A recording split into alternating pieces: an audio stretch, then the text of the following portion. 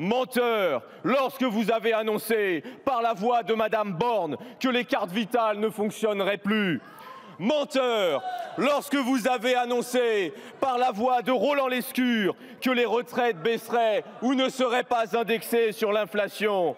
Menteur encore, lorsque vous avez annoncé vous-même, Monsieur le Ministre, dans cet hémicycle le 4 décembre le dernier, que 400 000 personnes ne paieraient des impôts en plus alors qu'ils n'en payaient pas avant.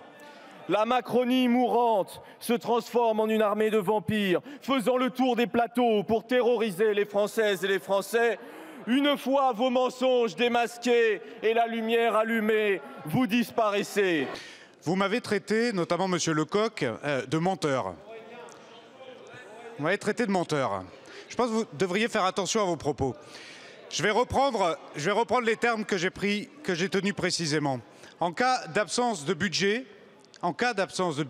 effectivement, mécaniquement, la loi spéciale ne permettant pas constitutionnellement d'indexer le barème de l'impôt sur le revenu sur l'inflation, il y aurait 380 000 foyers supplémentaires imposables à l'IR et il y aurait 18 millions de nos compatriotes imposables qui verraient leur impôt augmenter.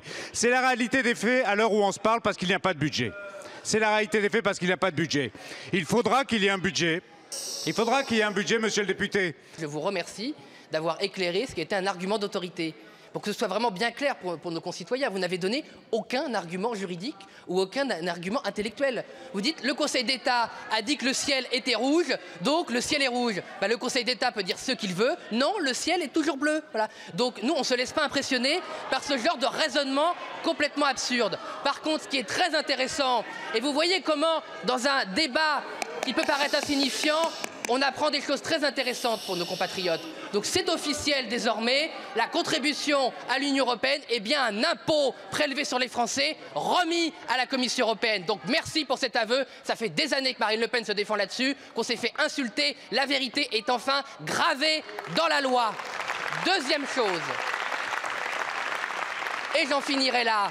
Vous révélez aussi la mascarade qui est que chaque année nous votons sur cette contribution. Si la contribution est automatique, si le Parlement français ne peut pas contester un accord qui a été pris autrement, à quoi sert-il de voter? À quoi sert-il de voter? Vous mentez aux Français quand vous dites que le Parlement est encore souverain sur la politique européenne. En fait, c'était Neelie Kroes qui avait raison. Il ne peut y avoir aucune démocratie au sein de l'Union européenne, en dehors des traités européens, et c'est une honte que vous révélez aujourd'hui. Mais si vous voulez qu'on parle des conséquences de la censure que vous n'assumez pas aujourd'hui, les conséquences que vous n'assumez pas, c'est que le délai qui va être donné aux collectivités territoriales pour leur dire combien de dotations elles vont avoir. Normalement, quand tout se passe bien, elles ont l'information le 1er avril. Là, si nous votons le budget dans 3 mois, elles auront l'information sur leur budget au mieux au milieu de l'année prochaine. Ça, c'est une autre conséquence de la censure. Et troisième conséquence de la censure pour les collectivités territoriales, c'est que dans ce budget, nous augmentions la dotation de solidarité rurale. C'est-à-dire que 30 000 petites communes rurales auraient vu leur dotation augmenter. Avec la censure, elles ne verront pas cette dotation augmenter, sa dotation de fonctionnement. Du sens profond de ce que nous allons voter. Donc le Conseil d'État vous a donné l'autorisation de considérer que lever l'emprunt était assimilable à lever des impôts. Donc voilà, il faut vraiment avoir conscience à quel point vous tordez le droit quand cela vous arrange et quand cela vous permet de valider votre propre politique. J'ajoute que c'est un aveu de votre gestion. C'est-à-dire qu'en fait, le Conseil d'État considère que vous avez tellement gravement et durablement endetté notre pays qu'il est impossible pour un gouvernement souverain de se passer des emprunts. Et donc c'est un aveu extrêmement grave. On va le voter en responsabilité, si ça peut vous plaire qu'on utilise ce genre de terme absurde.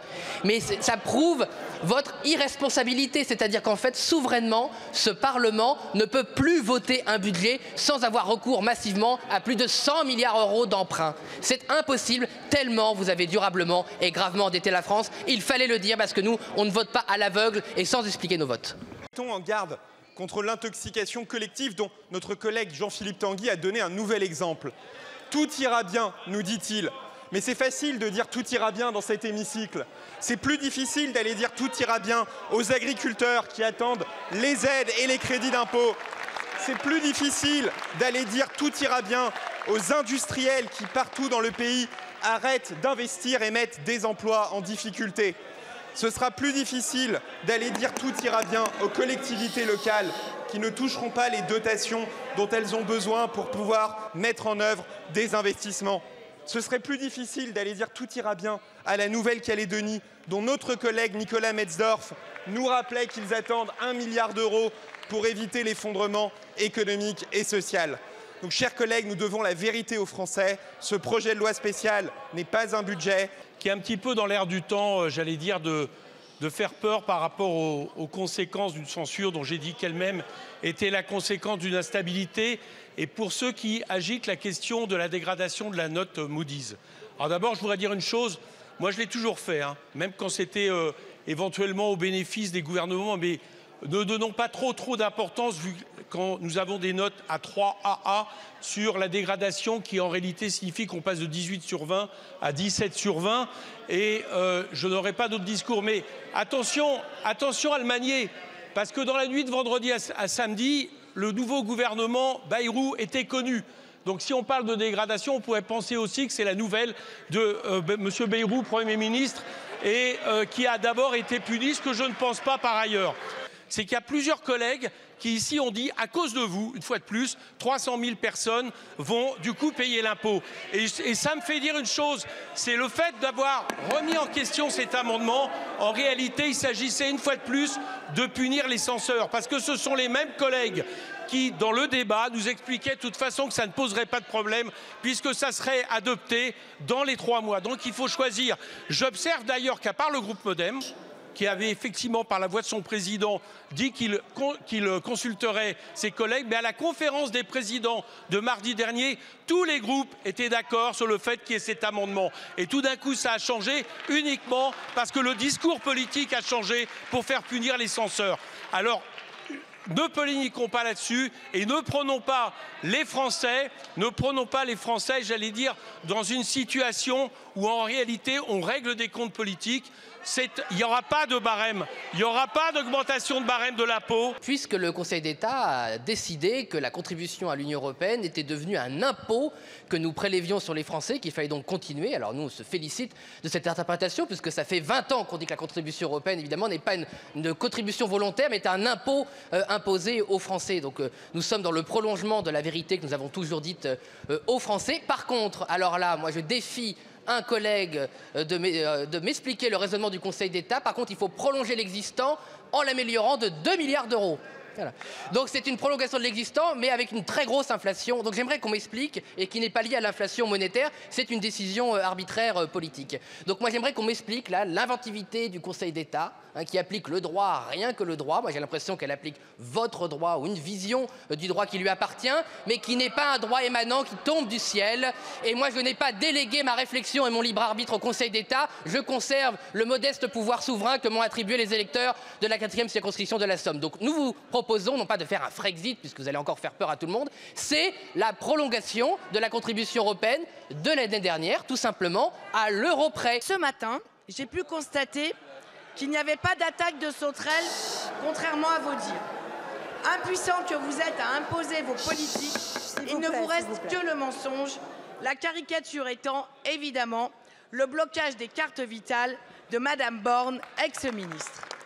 Vous choisissez le mensonge comme c'est le cas, ou la fuite, comme le refus de l'indexation des tranches de revenus sur l'inflation, que rien dans les faits ne nous empêchait de faire. Comme d'habitude, vous revêtez les habits des pompiers pyromanes. Ce qui mène le pays dans le mur, c'est les décisions de M. Macron, dont on aimerait tant, comme 64% des Français, qu'ils partent enfin. Ça n'est pas la censure, le problème, qui n'en est qu'une conséquence. Le problème, c'était bien votre 49.3. Pourquoi ? Parce que nous appelions, et ça avait été décidé majoritairement dans cet hémicycle, parce que nous appelions 10 milliards d'impôts à l'égard de ceux qui ont les plus hauts revenus. Non, vous ne voulez pas que les plus riches contribuent à hauteur de ce qu'ils possèdent. Pourquoi ? Parce que depuis cette année, vous défendez ardemment, farouchement, leur strict intérêt au détriment de tous les autres. C'est bien la raison de notre 49, c'est bien la raison de votre 49.3 et c'est bien la raison de notre motion de censure. Bien sûr, nous recroiserons tous ces sujets auxquels vous serez à nouveau confrontés dès le mois de janvier.